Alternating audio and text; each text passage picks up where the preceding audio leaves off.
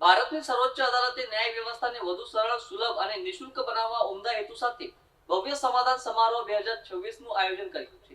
દેશભરની અદાલતોમાં પેન્ડિંગ કેસોના પરસ્પર સમજૂતી અને મૈત્રીપૂર્ણ નિરાકરણ માટે આ ઐતિહાસિક ઝુંબેશનો પ્રારંભ 21 એપ્રિલ 2026 થી શરૂ થઈ રહ્યું છે.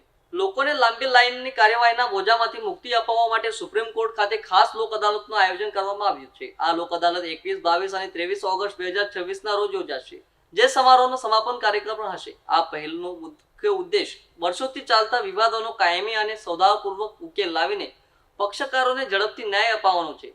સુરત જિલ્લા અદાલત ખાતે જિલ્લા કાનૂની સેવા સત્તા મંડળના ચેરમેન શ્રી આર.એ. ત્રિવેદીએ સમગ્ર પક્ષકારોને સુપ્રીમ કોર્ટ ખાતે યોજનાર આ લોક અદાલતનો વધુમાં વધુ લાભ લેવા અનુરોધ કર્યો છે.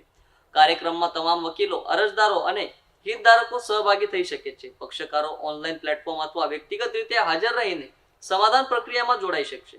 જે પક્ષકારો પોતાના કેસનું નિરાકરણ ઈચ્છતા હોય તેમને સુપ્રીમ કોર્ટની સત્તાવાર વેબસાઇટ પર ઉપલબ્ધ નિર્ધારિત ગૂગલ ફોર્મ દ્વારા નોંધણી કરવાની રહેશે. ફોર્મ ભરવાની છેલ્લી તારીખ 31 મે 2026 છે.